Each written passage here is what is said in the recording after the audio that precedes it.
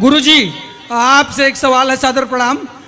गुरुजी, महाकुंभ में मुसलमानों की दुकानों पर बैन लगा दिया गया है जी। जहां हम सभी साधु संत कहते हैं सर्वे भवन्तु सुखिनः सर्वे सन्तु निरामया, मतलब सब कुशल मंगल रहें, लेकिन आखिरकार महाराज जी ये जो फैसला लिया गया है इस पर क्या राय है आपकी? आप भी मक्का मदीना में लगा लो दुकान जाके अपनी। लेकिन अगर कोई एक अन्यायी है, कोई पापी है, इसका मतलब तो हम नहीं कि हम भी पाप करना, हम भी अधम के रास्ते पर चलना शुरू कर दें। नहीं नहीं, तो ठीक है ना, जब तुम सबको भाई अपना मान रहे हो तो वो भी मान लेना तुम्हें अपना भाई। एक चाय की दुकान लगा लेना वहाँ।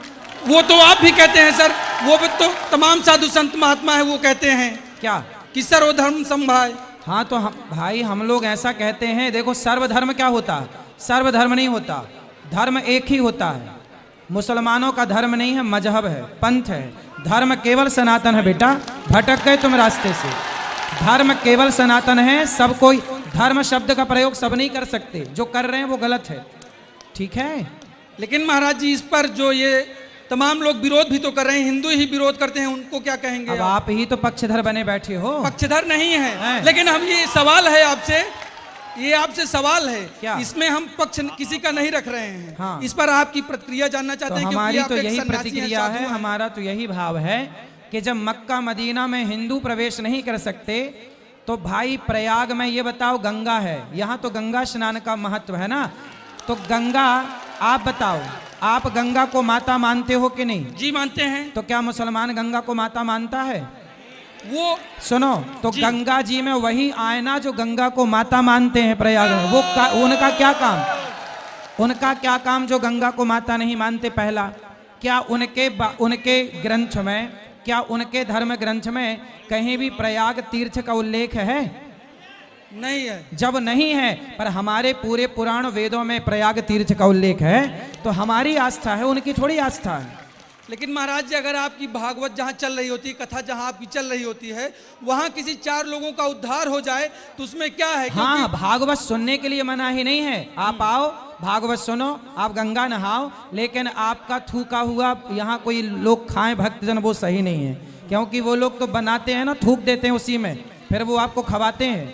तो आप लोग नहाओ, नहाने के लिए मना ही नहीं है। प्रयाग सब आए, खूब नहाएं, खूब कथाएं सुने, कोई मना ही नहीं है।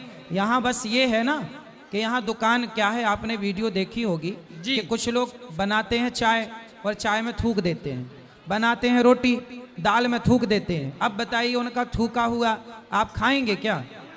लेकिन सब तो एक जैसे नहीं हो सकते हैं ना, सबको एक तराजू में नहीं तौला जा सकता है महाराज जी, ये भी है। भाई एक तराजू में तौलने का हम कहाँ कह रहे हैं, लेकिन ये बताओ कि जो गंदगी है, गंदगी चाहे आपकी गंदगी हो या पशु पक्षियों की गंदगी हो, गंदगी तो गंदगी है ना, उससे बचना ही चाहिए। सब प्रकार की गंदगी से हमें बचना चाहिए और गंदे माहौल से बचना चाहिए। इसलिए हमारे संत समाज ने जो निर्णय लिया है कि आप सब लोग आनंद से यहाँ पर, हमारे देखो मुसलमान यदि हैं, हमारे यहाँ तो रसखान का भी पूजन होता है, रसखान का भी सम्मान होता है।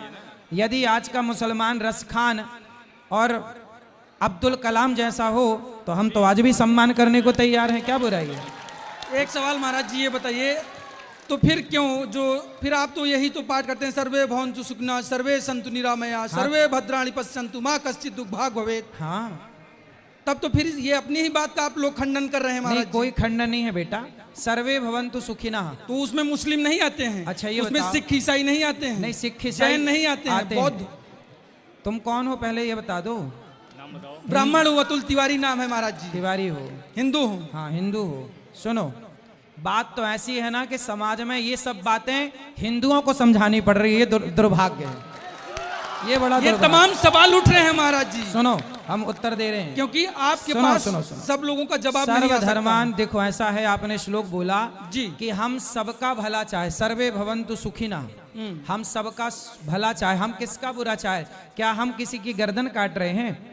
क्या हम आतंक फैला रहे हैं? हम तो यही कहते हैं ना कि तुम हमारी गाय को मार कर खा जाओ, हम जिस गाय की पूजा करें, हम जिस गाय को माता माने, तुम उस गाय को मार के खा जाओ, और गाय खाने वाले के हाथ की फिर यहाँ कुंभ में रोटियां बना के आप खाएं, उनके हाथ की चाट पकौड़ी खाएं, गौ हत्यारों की, तो ये सही है? महाराज जी, अगर शरीर का कोई अंग सड़ जाए या उसमें रोग हो जाए तो उस शरीर के अंग को निकाल दिया जाता है कि गला काट के निकाल दिया जाता है उस आदमी तो का? फिर आप बताओ कैसे चिन्हित करोगे कि ये गलत और ये सही? आप करो चिन्हित, कैसे करोगे आप बताओ? देखिए महाराज जी, आप लोग तो ज्ञानी हैं, हम तो आपके भक्त हैं। केवल ये बताओ फिर आप कैसे चिन्हित करोगे कि ये सही और ये गलत? आप करके दिखाओ, कैसे आप करो, किस पैरामीटर से नापोगे? नहीं, ये तो आप लोग ही महाराज जी तय करेंगे कि कौन हाँ, तो क्या हम है। लोगों ने तय कर दिया कि भाई ऐसा है, किस किस को कहेंगे कि ये सही है ये गलत है। इसलिए भैया अभी जहां हो वहीं रहो आनंद से, महाराज जी, भाई ठीक साहब, है? भाई।